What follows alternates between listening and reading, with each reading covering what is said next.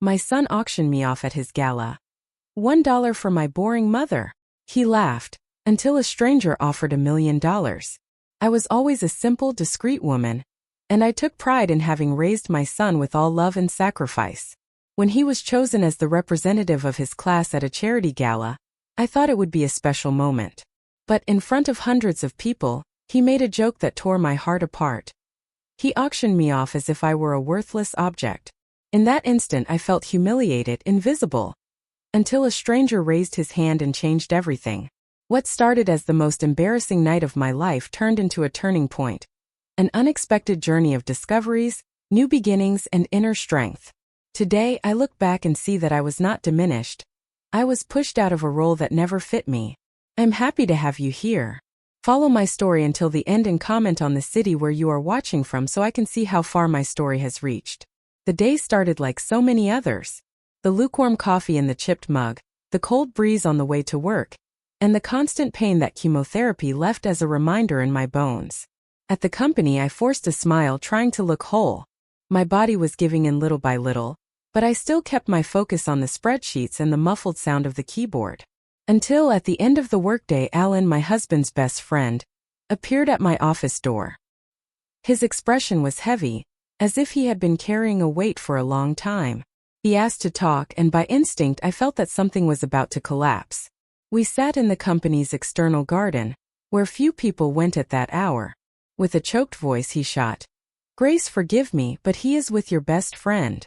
The words echoed inside me like unexpected thunder in a clear sky. For a second my body went numb. I could not answer immediately. I felt like I was watching myself from the outside, trapped in a nightmare too cruel to be real. Chemotherapy had already stolen my energy, but now it was as if something had ripped my heart out with its own hands. Alan seemed genuinely ashamed. He said he kept it out of respect, but he could no longer stand seeing my naivety being hurt. I went back home like a zombie. I looked at my husband with new eyes. Eyes of someone who knew but pretended not to know. I wanted to scream, break everything, demand explanations, but I had no strength. I took a deep breath, feeling my whole body tremble with fear, anger, and disbelief. I had no idea that that would be the last day of peace in my life. Alan's words wouldn't leave my head. I started observing everything around me with a new lens, cruel and revealing. The muffled laughs between him and Victoria now took on another meaning. The messages she sent me canceling dinners at the last minute, the times he went out to solve something urgent, and came back with a perfume that wasn't mine. Everything fit together perfectly and painfully. The memories hit me without mercy. The time I was hospitalized and they didn't show up at the hospital. The birthday when they preferred to go to a work event. And the discreet glances exchanged between the two when they were in the same room as me. It was as if my heart had finally understood what my reason refused to accept. The pieces formed a puzzle I never wanted to put together. The next day, Alan sought me out again. He brought proof, photos of them together, hugging on a work trip, audio recordings with whispered declarations, messages. He was trembling as he showed me that, as if he still expected me to ask him to stop. But I looked at everything. Every image, every word. The ground fell out from under my feet once more. Now it wasn't just a suspicion, it was a certainty. Alan held my hand firmly. "Don't trust her. Or him." He repeated that as a final warning. I thanked him, still in a state of shock. And I went back home. The same house where he would kiss me that night as if nothing had happened. Where Victoria would send a sweet message asking how I was feeling. His words remained stuck in my mind. Don't trust her. Or him. I decided not to say anything. Yet, the pain needed to find a place inside me before I could release it.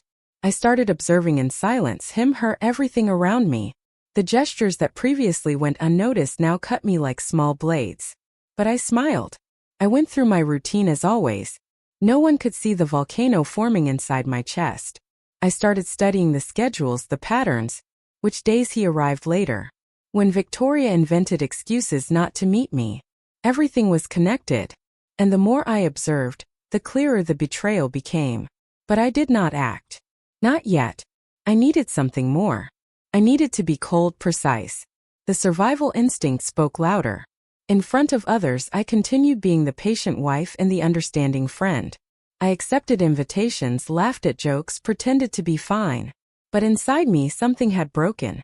My look was different. My attitudes were calculated to the millimeter. Somehow, I knew that what was about to happen would change my life forever. And I needed to be prepared. Even in the weakness of my body, my mind awakened. The woman who previously accepted everything in the name of harmony now armed herself in silence. Because sometimes the loudest scream is the one that is not heard. That night, I faced my reflection in the mirror and saw a strength I didn't know existed. I held the glass so hard my fingers turned white, but my face remained serene. I smiled, but inside, something in me had broken forever. Silence became my armor.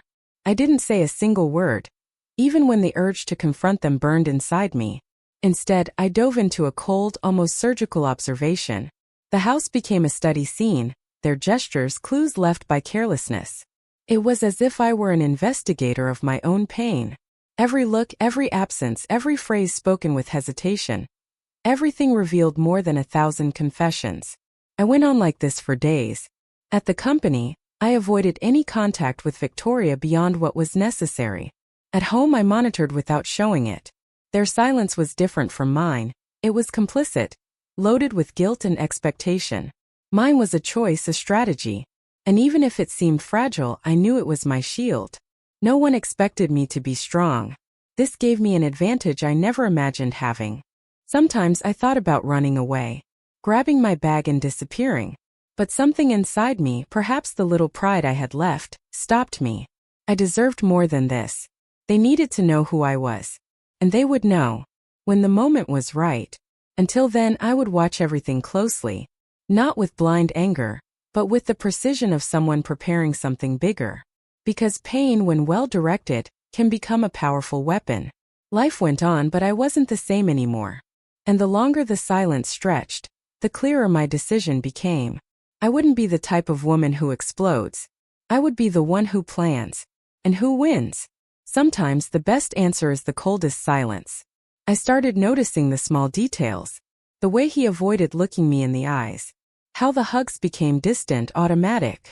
The absence of questions about my day, my health. As if I were disappearing little by little. And when Victoria was around, the atmosphere changed. The touch on the shoulder that lasted a second too long. The sideways smile when they thought I wasn't looking. The signs were all there. On a Saturday, while he went out to solve something at the office, I went through our document cabinet. It was almost instinctive, as if my body knew where to look. And then I found it. A draft of a separation agreement. An email to a broker about starting over in another place with someone special. My heart stopped. They weren't just together. They were planning a life without me. I went back to sit on the edge of the bed, unable to breathe for a moment. The betrayal now came with a date, a plan, and a destination. I was just an obstacle in their path. But those who think a broken heart cannot put itself back together are mistaken. Those who underestimate a wounded woman are mistaken. I closed the document calmly, took a deep breath, and went back to the living room as if nothing had happened. While we ate dinner, I looked at the two of them. They were talking through messages, even being in the same house. They pretended well. But I now saw everything with cruel clarity. Every look exchanged between them was a painful reminder of who I had by my side. The pain was a constant presence. Like a shadow that accompanied me in every room of the house. The dining table seemed smaller. The sofa colder. The picture frames ironically dusty. The feeling of being displaced in my own home was suffocating. And yet I stayed there pretending normality. For them, for myself. To have time. And strength. At the company, Victoria showed herself to be more confident, bolder.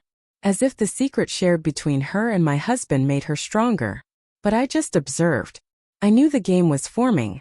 And I wouldn't be the disposable piece this time. It was strange to feel so much pain and, at the same time, so much clarity. As if the pain gave me vision. As if it were transforming me. Every day was an effort to breathe. Not to implode. I heard the two whispering, laughing.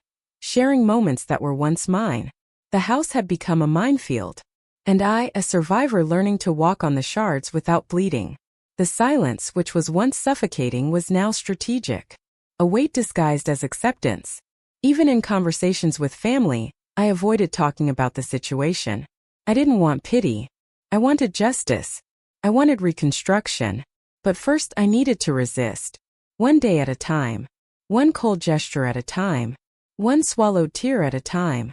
Even surrounded by family, I never felt so alone.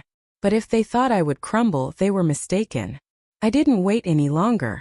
The next morning I contacted Rachel, a lawyer recommended by an acquaintance. I arrived at her office holding a folder with everything I had collected: screenshots, audios, dates. I sat across from her and began to tell everything, with the coldness of someone who had already cried enough. While I spoke, she listened to me with meticulous attention. When I finished, her look changed. Rachel asked to see my husband's financial documents, and I handed over what I had. She knew his family's name, mentioned the trust fund, and asked to check the clauses involved. I stayed silent, my heart beating fast. She leafed through the papers carefully, and then stopped on a specific page. Her eyes narrowed, and a small smile appeared at the corner of her mouth. There was something there. "Here it is," she said, pointing to an underlined paragraph. "There is an infidelity clause." My breath suspended. According to that excerpt, in case of proven marital betrayal, the beneficiary, in this case my husband, would lose all rights to the fund. It was an old measure, inserted by the grandfather's demand as asset protection. I never imagined something like that could exist. Rachel leaned back in her chair, still looking at me. There was a shine in her eyes, a kind of contained professional satisfaction. "You have more than you imagine, Grace," she said. "If we know how to use this the right way, he could lose everything." Rachel looked at me with something that seemed like a spark of hope. The next few days were full of meetings, analyses, and more gathered proof. Every message, every image now had legal value. Rachel requested an official opinion on the clause and began preparing a dossier. We discovered that my husband's fortune was entirely tied to this fund. Without it, everything he built would collapse. And he had no idea that I knew this. It was almost ironic. They laughed behind my back, believing I was fragile, that I would soon be discarded without resistance. But now, the sick and betrayed woman had in her hands the power to bring down both. Rachel spoke with confidence. She said that if we were meticulous, we would manage to prove not only the betrayal but the premeditation. This would increase the legal impact even more. My body still suffered from the effects of the treatment, but my mind was more alive than ever. It was as if, upon touching rock bottom, I had found an invisible step to climb up. Knowing there was a way out, and more than that, a possible justice, rekindled something in me. For the first time, my pain began to have a purpose, a direction. Rereading that clause gave me a sense of silent justice. Betrayal means total loss. It was simple, direct, non-negotiable. And now it was in my hands. The clause was clear as crystal. Betrayal means total loss. With Rachel by my side, I initiated the plan with surgical precision. Every step was studied, every conversation noted, every attitude of theirs monitored. It was no longer about blind revenge but reparation. I needed to rebuild my life, but before that, stop them from going unpunished. They didn't imagine their theater was being documented with care. I continued feigning ignorance. At dinners I smiled sweetly. In conversations with Victoria I kept the tone light. The safer they felt, the more revealing they became. They started exposing themselves, allowing themselves small slips. I observed everything with the coldness of a strategist. Rachel said I needed to resist just a little longer. And I resisted. During one of these meetings with Rachel, she looked at me with pride. "You are doing everything right. Few people would have your strength." I just nodded. It wasn't strength. It was necessity. There was no more room for loss of control, nor time for despair. I had already cried enough inside. Now it was time to act. With precision. With dignity. Every new piece of information was a brick in the wall I was building between me and that past. And I was beginning to glimpse the other side. A place where I would be free. Where they could no longer hurt me. For the first time in weeks, a genuine smile appeared on my face. Now I had an invisible weapon, and they didn't even suspect it. I went back home and assumed the role of the understanding wife. I didn't mention anything. No accusations, no confrontation. On the contrary, I started being even kinder, more helpful. They relaxed. My husband went back to laughing with me, as if everything was normal. Victoria praised my new mood. Without realizing the irony, they thought they were in control, that I was still the same. I started encouraging them to be at ease. I scheduled dinners with friends, went out more, left them alone at home more frequently. Every gesture of mine was calculated to give the illusion of freedom, and they fools believed it.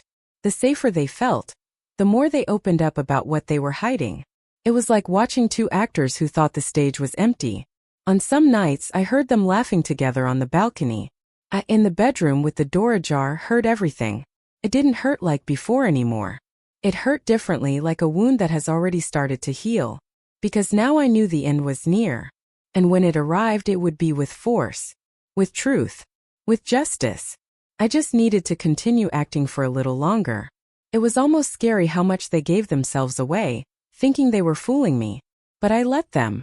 Because every detail they revealed would be used later. Because I was no longer a victim.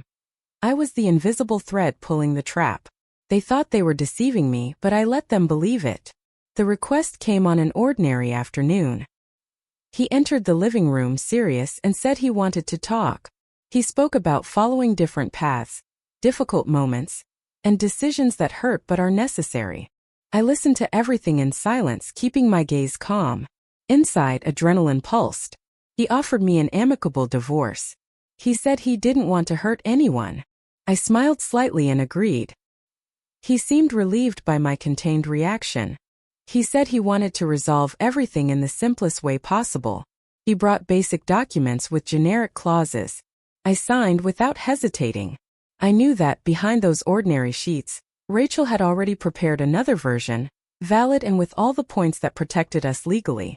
What he didn't know is that, by signing, he was renouncing his own stability. I watched in silence while he placed his signature line by line.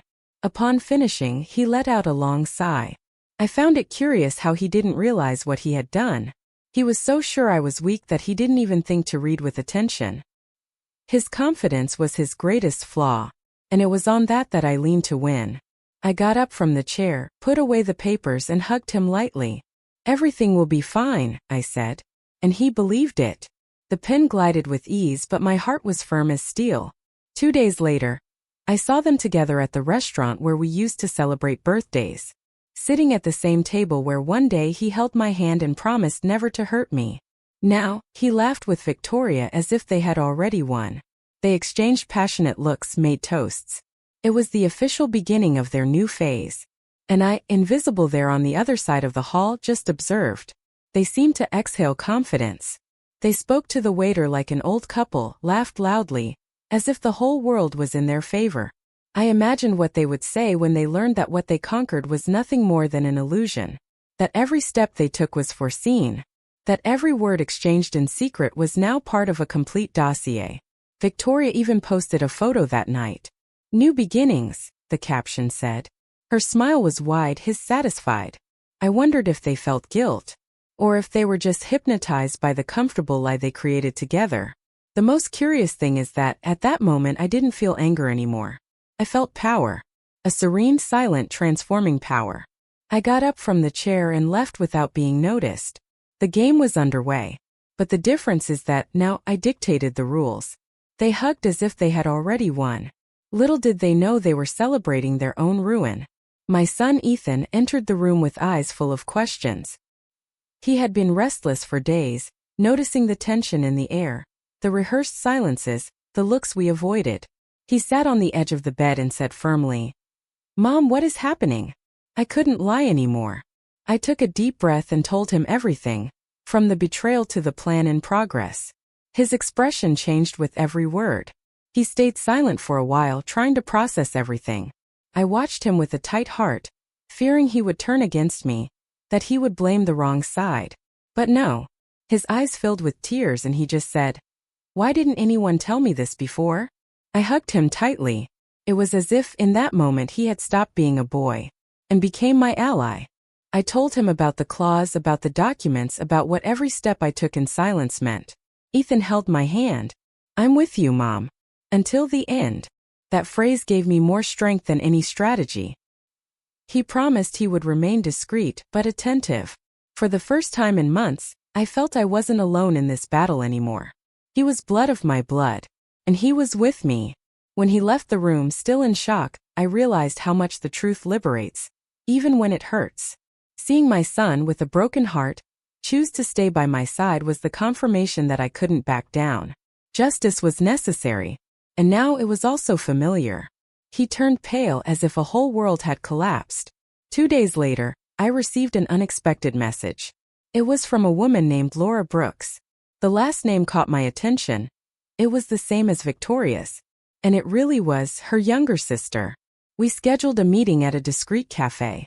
Laura arrived nervous but decided, "I know what my sister did to you, and I want her to pay." Her words were like lightning in a calm sky.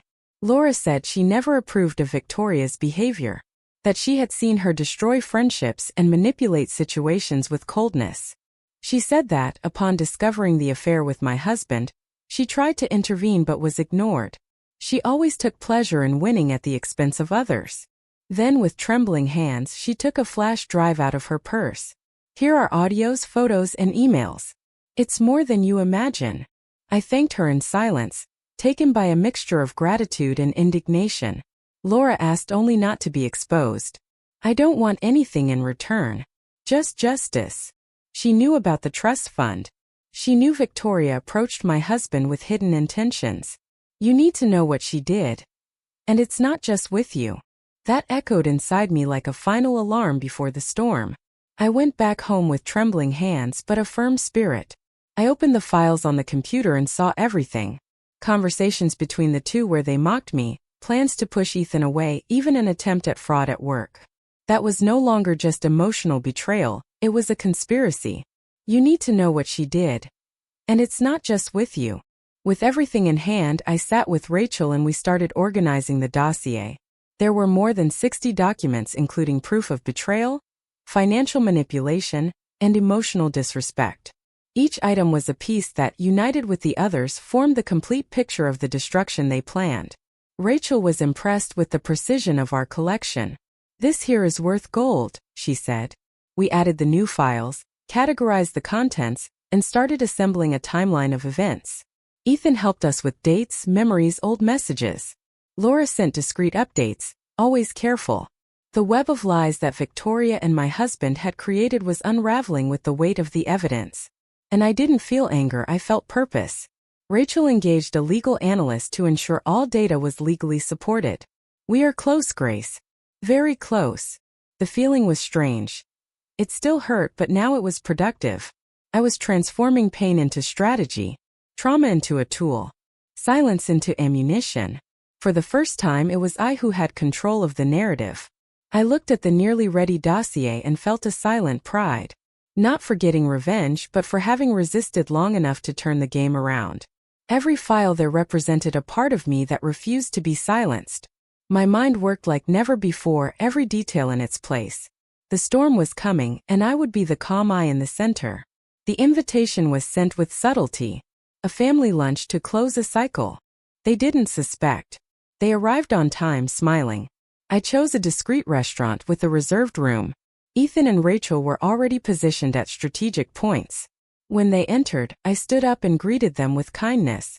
"Today is an important day for me," I announced with a smile that hid the avalanche. Victoria sat across from me, with airs of false sympathy. My ex-husband seemed tense but feigned control. I waited for the waiter to serve the water, and then I began. I took the folder out of my bag and spread the documents on the table. The photos, the emails, the legal records.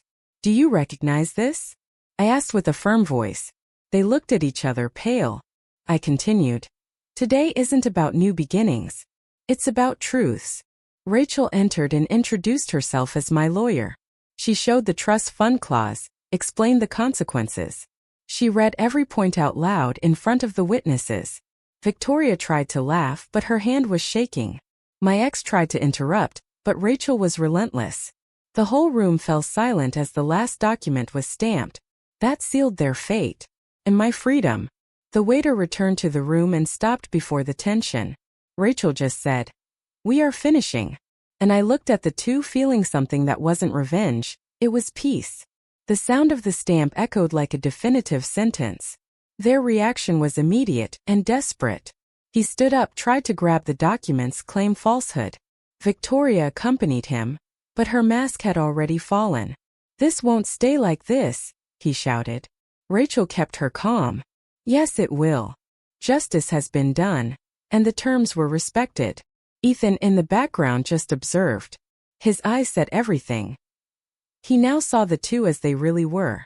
They offered agreements, tried to victimize themselves. But there was no more room for manipulation. The evidence was solid, the witnesses impartial. The lie had an end, and they knew it. "Did you plan this the whole time?" asked Victoria, unable to disguise the fear. I just smiled. "I planned to survive. And I succeeded." There was nothing more to say. Nothing to save. They tried to argue, invert the narrative, suggest a misunderstanding. Rachel was firm. Every clause was fulfilled. Every line of the contract is valid. You signed. You betrayed. You lost. I remained silent, letting reality fall upon them like an avalanche. That was the consequence of everything they had caused. We left the room first. Rachel with the documents in hand, Ethan by my side. Behind us they remained standing, astonished, devastated. And I was whole. They tried to argue, but it was too late. They got into the car with their heads down, defeated. Laura called me at the end of a gray afternoon, with a firm but tense voice. "There is one more thing you need to know, Grace." I confessed that, at that point, I thought I had already seen everything. But no. She had discovered compromising documents related to Victoria's work. Statements, internal movements, altered reports. Everything pointed to a fraud scheme inside the company. Laura said that, by chance, she found copies of altered contracts at her parents' house. Her sister used the names of former employees and made simulated transfers. I felt my stomach turn with every new revelation. That wasn't just immoral, it was illegal. And it involved company money, embezzlement, and internal corruption. I took a deep breath, trying to absorb the impact. "Are you sure?" I asked, still in shock. "I have proof. And I want to hand it over," she answered. We scheduled a meeting with Rachel for the next day. Laura showed up with a black folder, full of receipts, screenshots, altered spreadsheets. It took Rachel little time to understand the gravity. She looked at me and said, "This is serious. Very serious." I sat in silence for a few minutes, processing. Victoria had crossed every possible line. Personal betrayal, emotional manipulation, and now, corporate fraud. The woman I once called a friend was sunk up to her neck. The evidence was heavier than I imagined. Rachel decided it was time to involve someone specialized. We hired a private investigator with experience in audits and corporate fraud. He began to search deep into the records of the company where Victoria worked. In a few days, he had already found suspicious movements compatible with Laura's documents. Everything fit with disturbing precision. The detective, Mr. Wallace, was methodical and discreet.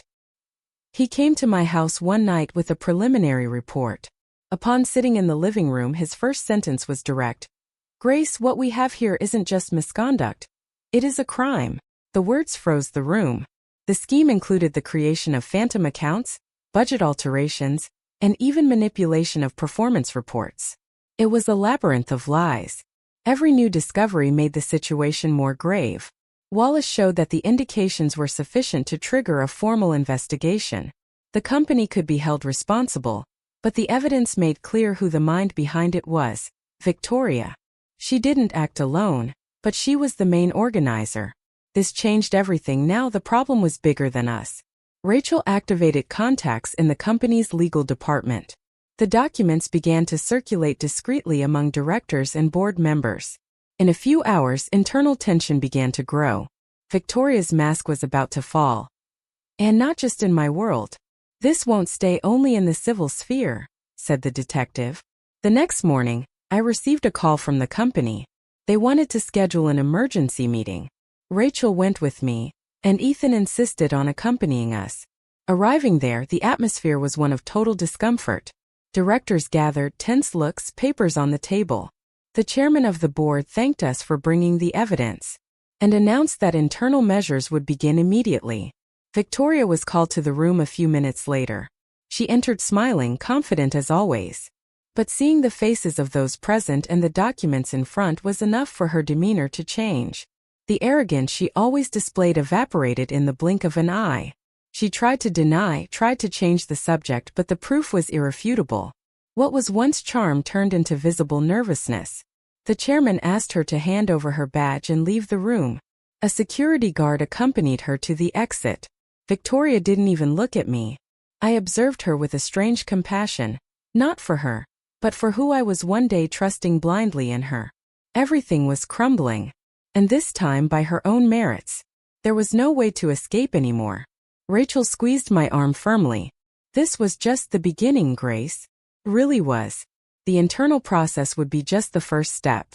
Justice was in motion, and she had no way to run anymore. Her expression changed from arrogance to fear. Now it wasn't just my fight. It was the law against her. The following weeks were of silence, but a good silence. For the first time in a long time, I woke up without the suffocating weight on my chest. My breathing was lighter, my body responded better to the treatment. It was as if, by getting rid of the toxicity of the lies, I also got rid of an invisible disease. The pain still existed, but it was a healing pain. I started walking every morning, observing details I previously ignored. The smell of freshly brewed coffee, the song of a bird, the wind on my skin. I didn't need to pretend anymore, nor fight all the time.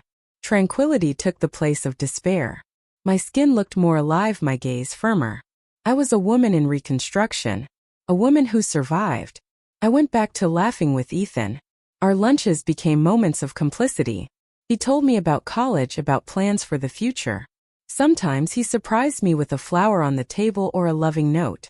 "You are the strongest woman I know," he wrote in one of them.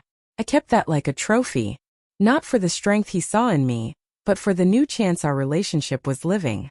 What used to be a house of pain now began to smell of peace. There were no more ghosts in the hallways. There was space. There was light. And even without having finished the whole journey, I could already feel it. Something in me was finally healing. My heart, previously heavy, was now light. Seeing my own pain transformed into strength made me want something bigger. I started writing about everything I lived, not just to record but to give meaning. And then the idea was born. A support project for women who went through similar traumas. Project Phoenix was the name I chose. Because being reborn was what we were doing. I sought partnerships, told my story in small conversation circles. People listened, moved. Some cried. Others sought me out later in silence, thanking me. It was as if my pain had found a purpose. Not a cinematic happy ending, but a necessary truth. I wasn't the only one. And this gave me breath to continue. The project grew fast. Psychologists offered to help. Other women began sharing their own stories. From betrayed, invisible, diminished, to agents of their own healing. Every meeting was a step toward the reconstruction of something bigger. And I felt that for the first time I was where I should be. Doing what my heart always wanted. Trauma became a bridge. The wound became a road. And pain, a seed of something transforming. Helping other women became my mission. There was still much to do, but life, little by little, began to have color again.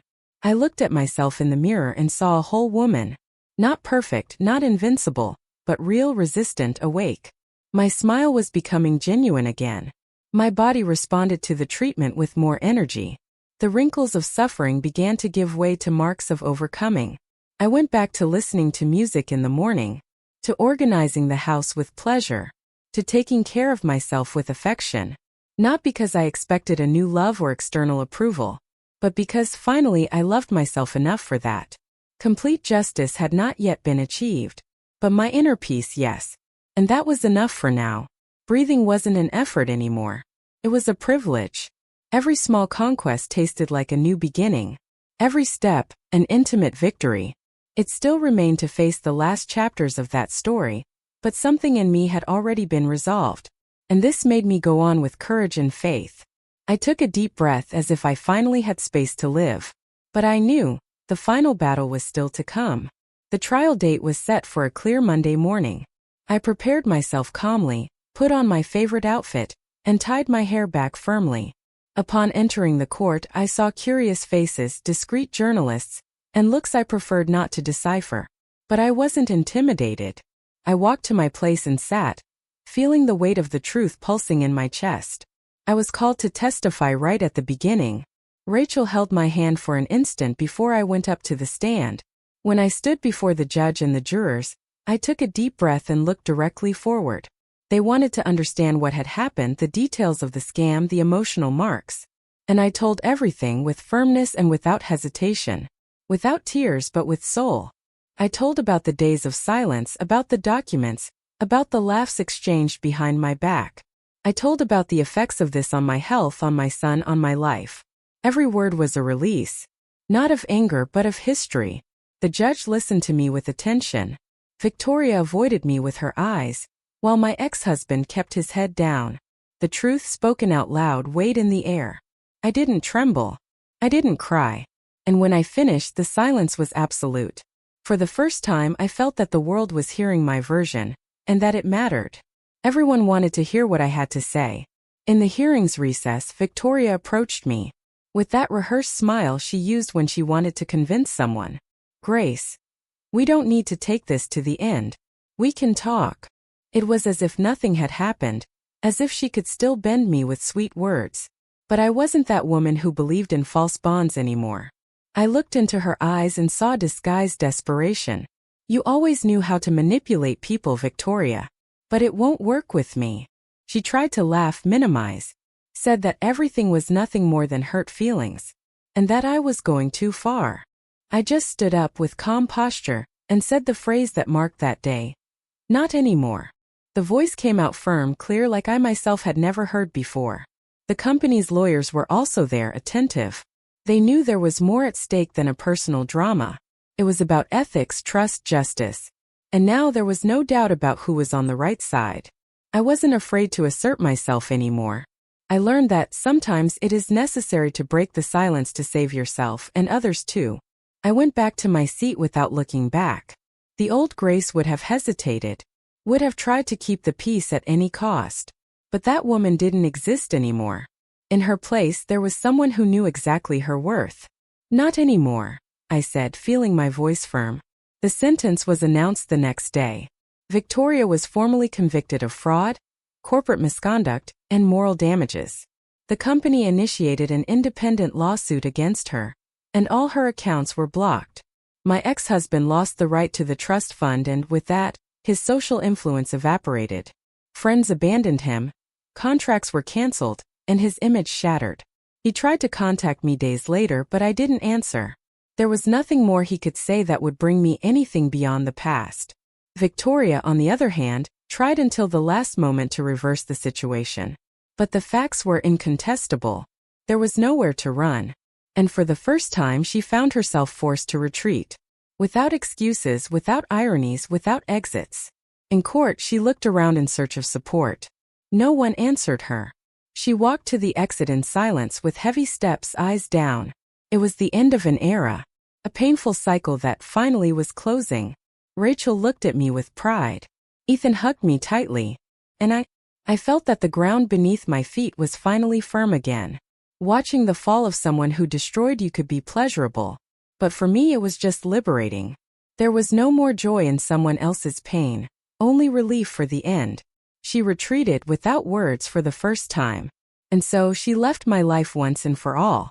Months later, Project Phoenix was officially inaugurated. A support center for women who suffered abandonment, betrayals, illnesses, and silent invisibilities. The first room had a phrase on the wall. You are still whole, even when they try to break you.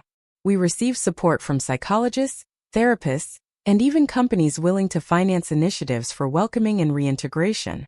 Every day women crossed that door with curved shoulders, lost eyes. And little by little, they found the shine again. They shared stories, exchanged strengths. The pain of one became the mirror of the other. And there, in the small daily victories, in the tears that now came accompanied by hope, I realized the real meaning of everything. My story became a bridge for so many others.